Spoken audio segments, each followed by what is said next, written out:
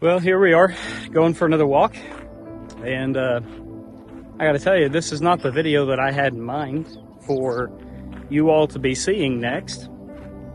If you've been following along, you might remember this video that I'll link right here, where I talked to you about my plans to race Ironman Waco 70.3 this year, and how excited I was for that, and how I was gearing up to have my best race and have my best block of training and do my best to put together a complete race, not just decent on the swim and bike, but also to spend some time on the run, showing people that I could also run.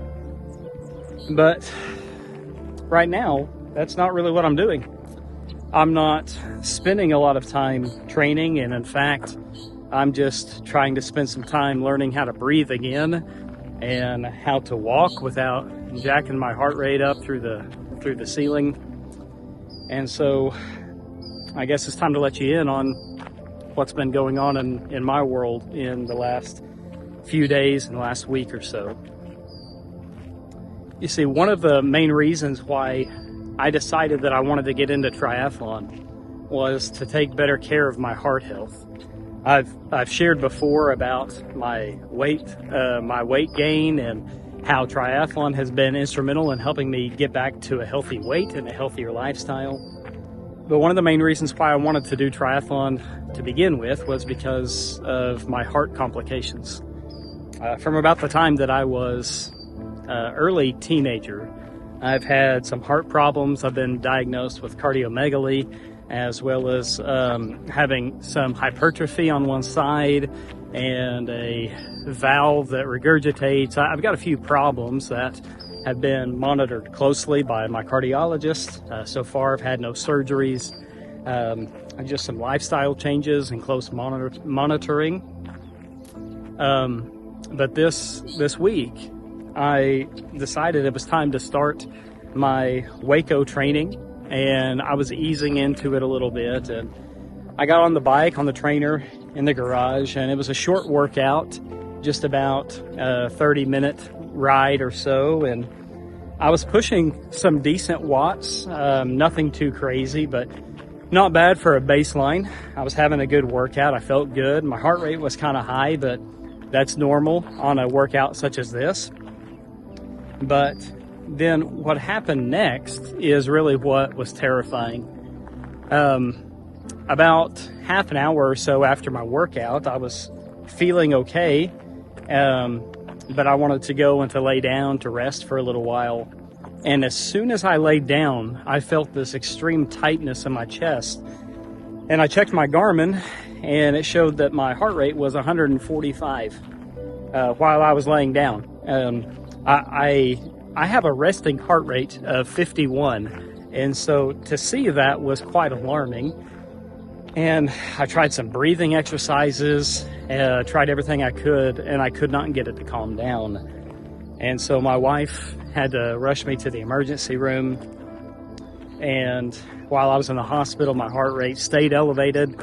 My blood pressure was through the roof, and then dropped down significantly. It just seemed to be impossible to regulate. And the doctors were quite confused about that, had a EKG and an x-ray, as well as 3 different lab tests that were done, and nothing conclusive was found. The leading theory is that it was a reaction to an antibiotic that I was taking. You might remember in the last video, I mentioned that I was taking an antibiotic for a sinus infection that I've been battling. You can probably still hear that I'm still battling it a little bit. Well, I was on an antibiotic that one of the side effects is a rapid heart rate. And so the leading theory is that because of my heart conditions, that medication had a pretty adverse effect on me. And I spent a few hours in the hospital with my wife, thinking that was it. First time in my life with all of the heart problems that I've had, it was the first time that I truly thought that I was about to die. And So it was a terrifying moment, and I've spent the last few days just trying to recover, sleeping a lot, and this right here that you're watching is the most activity that I've been able to do since leaving the hospital.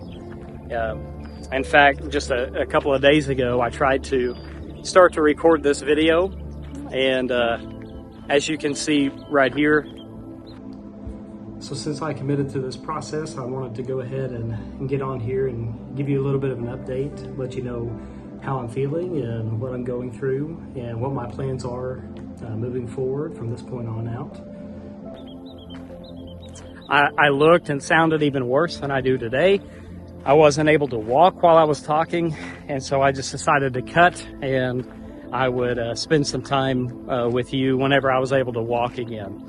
And so I say that to say I apologize for not bringing any training content to you as soon as I would like, but we've had some other issues that we've had to deal with. But I assure you I've not given up on my goal. We're going to handle this recovery wisely, and I'll be keeping you in the loop as I do begin to start training again. But one thing that I did want to say for those of you that are still watching and still listening and following along in this video is that this is one of my biggest whys. Why do I try? Why do I do triathlon? Why do I swim, bike, and run? Why do I spend so much time training when I could do other things with my life and with my money? A huge reason why is because of my dad. My dad died at the age of 52 from a massive heart attack that took all of us by complete surprise. He was a very healthy man. He was physically fit. He worked construction, so he had manual labor that he was doing all day, every day. He was in way better shape than I was. And in fact, he had just seen his doctor about a week before he passed, who had ran a bunch of blood work, and his cholesterol was perfect, and there were no warning signs whatsoever. And his doctor even joked and said that he wished he was as healthy as my dad was. And so it was really a shock to lose my dad to a heart attack whenever he was in such good health. But we began learning some more about the calcium that had built up in his heart that was undetectable by blood work. And it was in that moment, as I was looking at my own health and realizing that my own health was far worse than his, that it really began to scare me a little bit. The night before he died, I was in his hospital room with him as he was preparing for what we were hoping would be the surgery that would save his life the following morning, and he never made it to that. But his surgeon had come in and told him that he needed to take his health seriously and that he needed to get more cardio in. That he needed to start walking, he needed to start running, maybe even signing up for some 5Ks or something to motivate him. Well, my father nor I had ever ran before. We played football, so we would run to play football, but as far as running a race, never.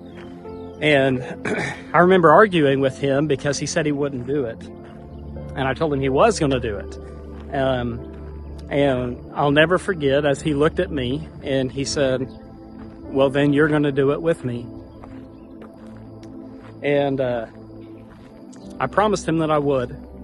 And so every single time that I sign up for a race, whether it be a sprint triathlon, a half marathon, an Ironman, whatever it is that I do, in my mind, my dad is there with me, because I have no doubt, knowing his drive and determination and his stubbornness that I inherited from him, that he would have signed up and he would have completed, probably not triathlons, that would not have been his thing, but he would have ran and he would have signed up for some races, he would have pushed himself, and we would have made some great memories together. And so as I go throughout my training and racing journey, in many ways, it's a way that I keep that memory of the promise that I made to my dad alive.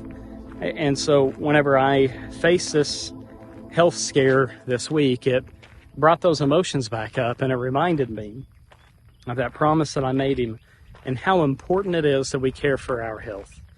And so really what I wanted to say in this video is I wanted to let you know why you haven't seen any training videos just yet. Just wanted to give you a little bit of an insight into what's been going on in my life this week, my story, my motivation, my dad. Also want to let you know that I'm going to handle this recovery safely, and then I'm going to get back to it. And it is my plan, it's still my goal, it's unchanged, that I'm going to get back into 70.3 training. I'm going to have the best training block of my life. I'm going to have the best race of my life, because no matter what you're going through in your life, whether it be health scares, be stress, bills that are piling up, relationship issues that you're dealing with, life can sometimes be hard. It can be a tremendous burden. And the whole purpose of this channel is just to remind all of you, as well as myself, that no matter what you're going through in life, it is never too late to give life a second try. I'll see you next time.